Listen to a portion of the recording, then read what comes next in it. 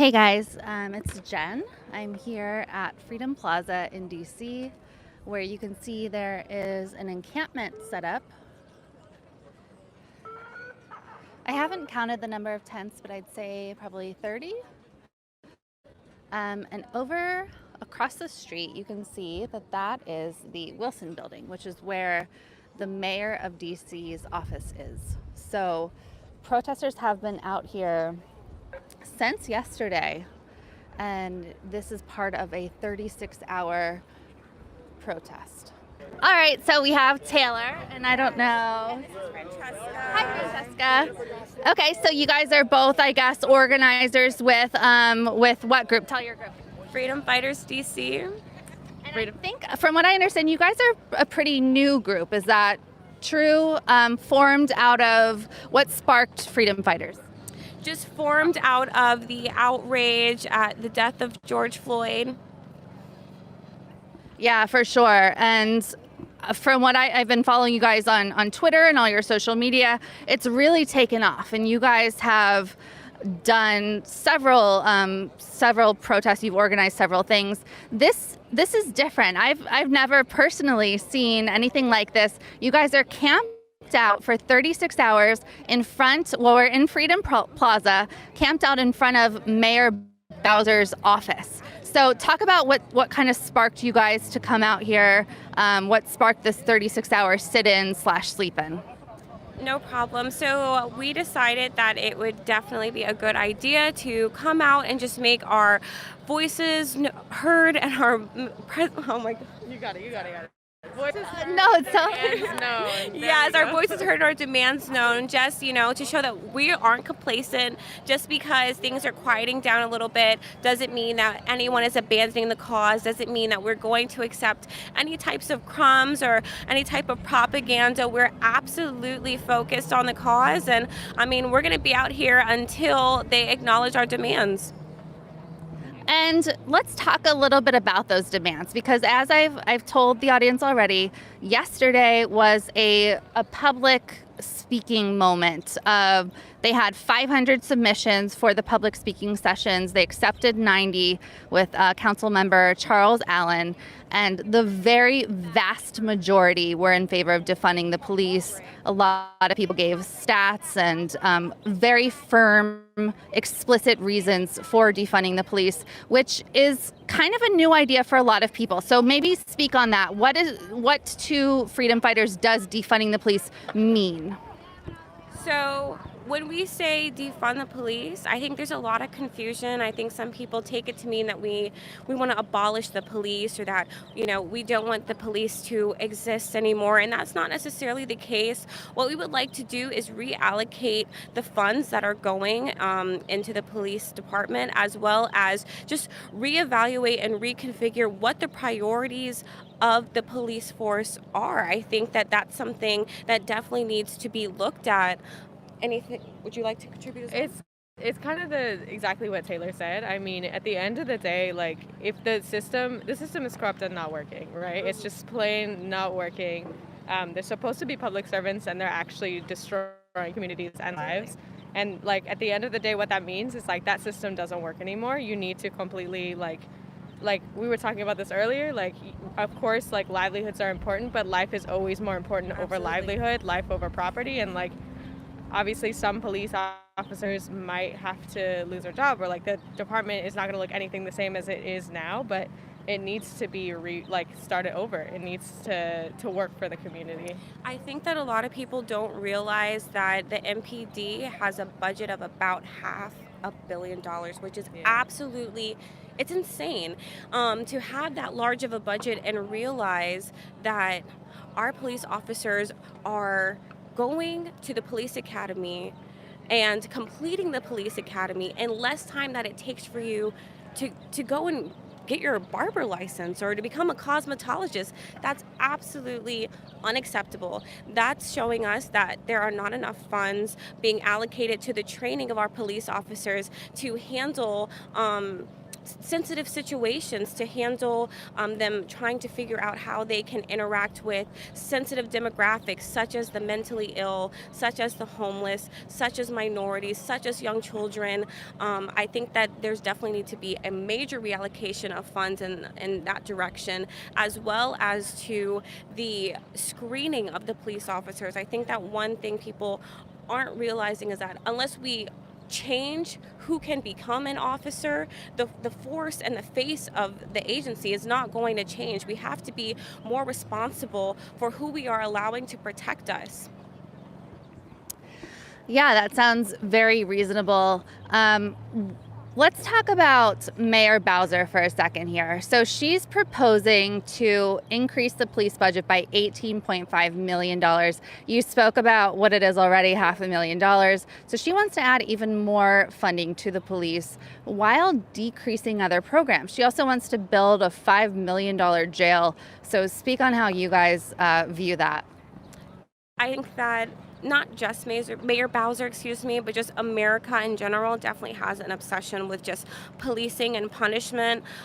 Francesca just enlightened me the other day. She wants to open a massive jail, but she just closed down one of the largest homeless shelters in D.C. I think that there's a major disconnect of priorities.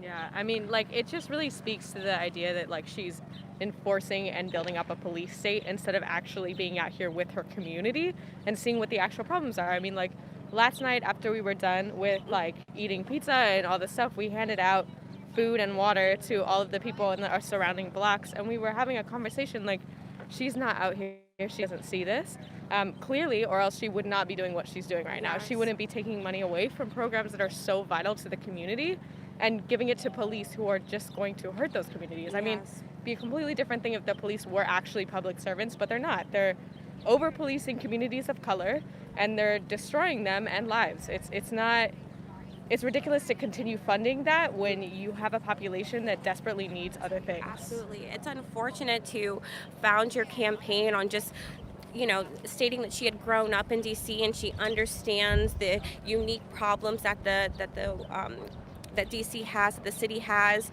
and it seems like, just maybe lately she's completely out of touch with what the priorities need to be. It's honestly, it's heartbreaking. We saw so many homeless. So Freedom Plaza, if you're not around DC often, they have people skateboarding here all the time. It's just kind of a nice place to skateboard. Maybe I'll take you down and show you, while we're still waiting for the speaker, they've covered this whole area with chalk, sidewalk chalk, and that's what you see all around DC. So right here, it's hard for me to see in the sun, but it says, "We are done dying." And that's what it says over here as well. We are done dying. And things like this really strike you because that's what this is all about. This is about the fact that police are murdering Black people. That Black people in this country are treated horrendously. And so it says over and over again, we are done dying in this plaza. Freedom Plaza used to have a different name. It was actually renamed in honor of Martin Luther King as Freedom Plaza, but here people are still fighting for basic rights. It says, "People power unchecked is un-American. I pray freedom is restored. End police tyranny. End the police fascist state." My name's Addie Adwa. And are you with Freedom Fighters DC? No, we're actually with Bartenders Against Racism. Okay, I did see your sign over there, Bartenders Against Racism. So I think I saw one of the people with you, Allison Lane, maybe? Allison, she's our leader.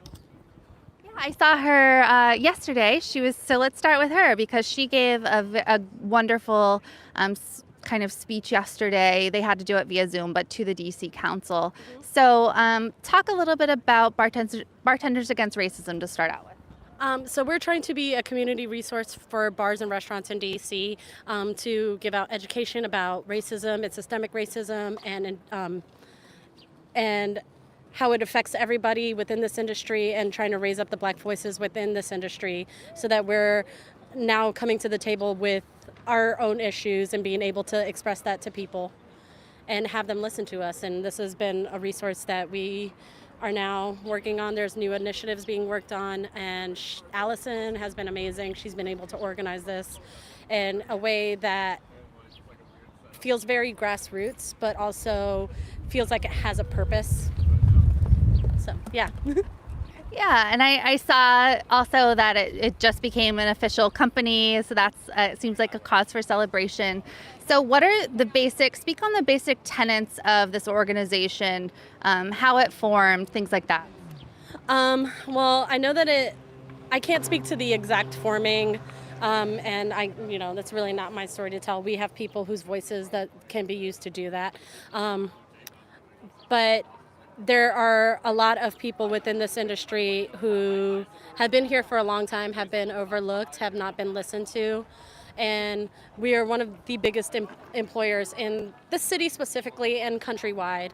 And a lot of disadvantaged youth come through this, and if we could catch them up pretty early and teach them how to navigate a system that's not entirely for them all the time, and give them voices, then we're doing the best that we can for the next generation. And that's really, I guess, how I see this working for us.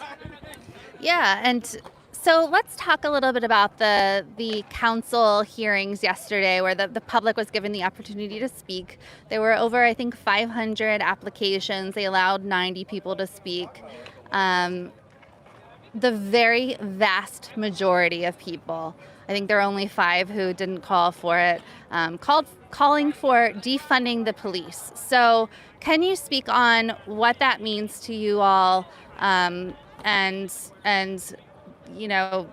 how it kind of felt to see this movement coming together en masse? 3 weeks ago, people maybe wouldn't have been calling for defunding the police. What does that mean now? For me, speaking for me, defunding the police to me means taking the money away from preventative criminalization and actually moving it to the things that actually prevent crime and prevent poverty and prevent problems within marginalized communities. Why is the one thing that we keep funding the police when we could be funding education? We could be funding art programs. We could be catching youth at a young age and channeling their energies into arts and science and STEM, and we're not. We're giving all of that money to the police, and you're telling us that this is a way that you're protecting us. It's not protecting us. Who is it serving? It's not serving anybody. It's not serving the youth who can't get jobs. It's not serving the mother who can't, put her kid in daycare because she has to be with them all the time. And now this kid is running around, because their mother has to be at work. All of this stuff is just, I'm sorry, I'm starting to get very worked up about it because it's been happening for so long, and this drum has been beat so loud for so long. So you can't tell us that we haven't been speaking out about this. You've just been giving more money to the people who don't actually care. They're not doing anything. They haven't been doing anything. Let's try something new. And Mayor Bowser, she wants to fund the police by $18.5 million additional dollars on top of the almost, or over $500,000. She also wants to build a $5 million new jail. We're here in front of Mayor Bowser's office, and she's recently painted Black Lives Matter on, the mural on the street. So a lot of people have been calling that performative. So what would you say to Mayor Bowser? If you're going to fight for us, if you're going to fight with us, actually fight with us. We see through you. We see through it all. We've been doing this so long that it's offensive to me that you keep thinking that we're just going to keep buying this. Like, your crumbs are not enough. They're not enough. they've never been enough. And we are starving for funding. We're starving for programs that actually feed us, nourish us, and bring us up. Like, we can't have equality until we have social equality, and we can't have economic equality until we have social equality. Like, we have to bring everybody up to this level. And I mean, she needs to be a part of that. I've lived in DC my entire life. I've watched the city chunk by chunk be given away to people who don't care about the citizens of this city. And the education system doesn't tell you that people live in this city and work in this city and have been suffering in the city for so long. And to watch all of this disappear, whatever generational property, whatever, anything that we had in the city is just all gone now. And you're giving this money to people who don't even live in this city. You're giving it to cops who don't live in DC, who only work in DC. This force has grown so much, and it's not serving any of us. So let's get rid of the jump outs. Let's defund the police. Let's actually work on a social care system that actually cares about people and isn't there to be an underhanded hand of the police. And that's really what I hope we can do with defunding the police. It was also opposed by members of the delegation who were representing other Arab countries in the region. And after that disagreement occurred, we saw what is referred to in Palestine as the Nakba, the catastrophe, where people were forcibly displaced from their homes and were forced to leave the country. People still have the keys from the houses that they were displaced from, the buildings that were demolished. And people are still, to this day, uncovering corpses from mass graves from 1948. And for you to say it was just a peaceable agreement where they voluntarily gave up the land, I found that incredible. We cannot bring equality of life without paying for the injury of slavery. And we must make the ones who are still in existence today, whether they are a corporation, an institution, an association, such as the cotton industry, the sugar industry, the alcohol industry, the building products industry, and a host of others, the banking industry, and the insurance industry. They are all still alive and well today, making billions and billions of dollars every year, while they watch us become divided. But in this year, in this era of 2020, we all have came together. And I am very pleased to see white people, black people, yellow people, brown people, all come together and push for the same ideas. We understand that money does not solve everything. But how many of you have tried to work 2 years for free? You can't.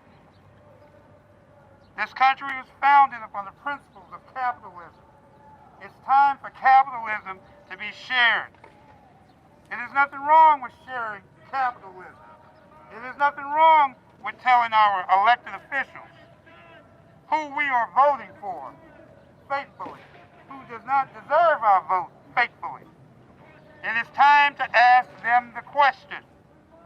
We are ready for recovery. Are you in favor of recovery? If they say no, you will do what? Turn around and walk away. We don't care what party they're a part of. It's not about the party. It's about the issues that the people are in need of. Solving the crisis. Our homeless crisis is a direct impact from slavery. Many of you don't know that. My ancestors, after freeing enslaved people, they were homeless.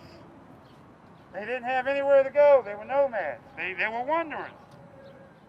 And a lot of laws from the police were activated to do what? criminally prosecute them and throw them back into servitude.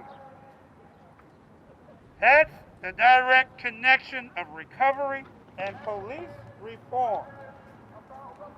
We all are sitting here wondering today, will our actions be accounted for? And I can tell you without any doubt, your actions will be accounted for. Hope you enjoyed that last video. Hop on over to statuscoup.com where you can sign up for our email list and become a member for as low as $5 to $10 a month. Membership is how we grow. That's statuscoup.com/join. And remember, join our email list so we can grow the revolution with you.